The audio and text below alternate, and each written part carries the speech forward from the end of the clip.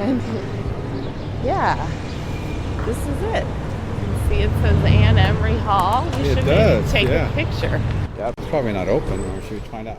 We could try. Hello there, friends. It's me, James, with Dakota Spotlight. I hope you are well, wherever you are in the world. Those of us up in the northern hemisphere are approaching the summer months. Here in the Dakotas, this late spring, we've been getting lots and lots of wind, which is nothing new out here on the prairie, but also a decent amount of rain and even some snow here and there. Okay, so this medical sciences building used to be the hospital. So this is like where people would stand outside and smoke. We're that close. Yeah. What you are hearing here are some recordings I made a few weeks ago when I traveled to the University of Wisconsin-Madison to research our current season, You Killed Chris, A Friend's Fight for Justice. More on that trip to Wisconsin in just a moment. This week is a so-called bye week here at Dakota Spotlight. We will be back in 1 week with episode 3 of You Killed Chris, unless of course you're a Plus subscriber, in which case you had access to episode 3 a week ago. You Plus subscribers will be getting episode 4 next week, and an exclusive bonus episode tomorrow. Which kind of brings me to a point I'd like to touch on today. I have a type of message to those of you who enjoy this podcast, and perhaps have been enjoying it for years, through the full 10 seasons of Dakota Spotlight. Hopefully you have understood by now that I am producing this podcast independently, without the backing of an employer or any financial funding. And I'm proud to say I do pretty much everything myself. That is writing, interviewing, sound editing, fact-checking, social media marketing, well, the list goes on. And there are no paychecks, just a lot of hard work and the commitment to telling good stories in ethical and engaging ways. Lucky for me, I did get some great help with research for this present season, but for the most part, this is a one-man show. And I really do hope to be able to continue on with this podcast and to do it in an independent manner. Because I believe producing Dakota Spotlight independently results in a better experience for you. An independent production means that I can continue to pursue my own creative vision for Dakota Spotlight, something I hope you've grown to enjoy and appreciate over these past years. Hopefully that's one of the reasons you come back for more each season.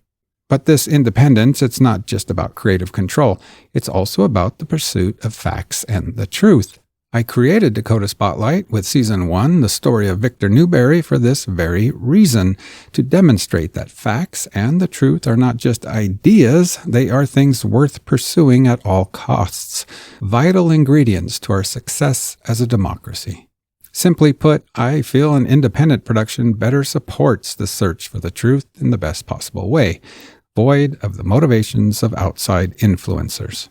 But of course, all of this comes at a cost too, a financial cost. As I said, I'm not receiving any paychecks for this production, and meanwhile, I have operating costs to cover. Sure, the few ads you hear in this show make up for some of those costs, but honestly, the operational feasibility of this show is still constantly at risk.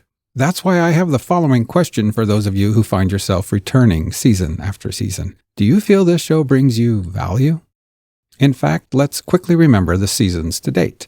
Victor Newberry found deceased outside his running pickup. Wade and Ellen Zick murdered in cold blood in 1976. The House on Sweet and 7th. Then Season 4, Chasing Billy Wolf, found murdered in the Red River near Fargo in 1978. And a better search for missing Barbara Cotton of Williston, North Dakota. The disappearance of Kristen Joy Dede and Bob Anderson. And then Call Me Shelley, the mysterious disappearance of Michelle Julesen. In Season 8, Joel Loveling found beaten to death outside of the Broken Drum Bar in Grand Forks, North Dakota. And of course, Season 9, the Mandan murders, about the terrible quadruple homicide at RJR Maintenance and Management, complete with interviews with family members of all 4 victims and the family of the perpetrator. And of course now, Season 10, You Killed Chris, A Friend's Fight for Justice. I am very proud of all of these seasons, and I've been delighted to offer them to your earbuds, headphones, and car speakers over the past years, and fully free of charge.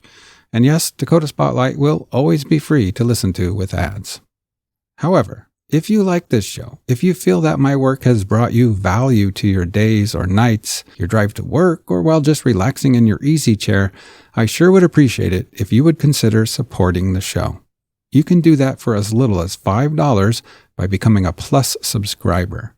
And hey, becoming a Plus subscriber is not just some kind of donation that goes out the window. Let me tell you what you'll be getting for the support. First off, you'll get the episodes a full week earlier than everyone else. And furthermore, you can listen to them without any advertisements. In fact, you can go back and listen to the whole catalog of my work without ads as a Plus subscriber. You'll also get a nifty subscriber-only newsletter. You can sign up for a Spotlight Plus subscription very easily.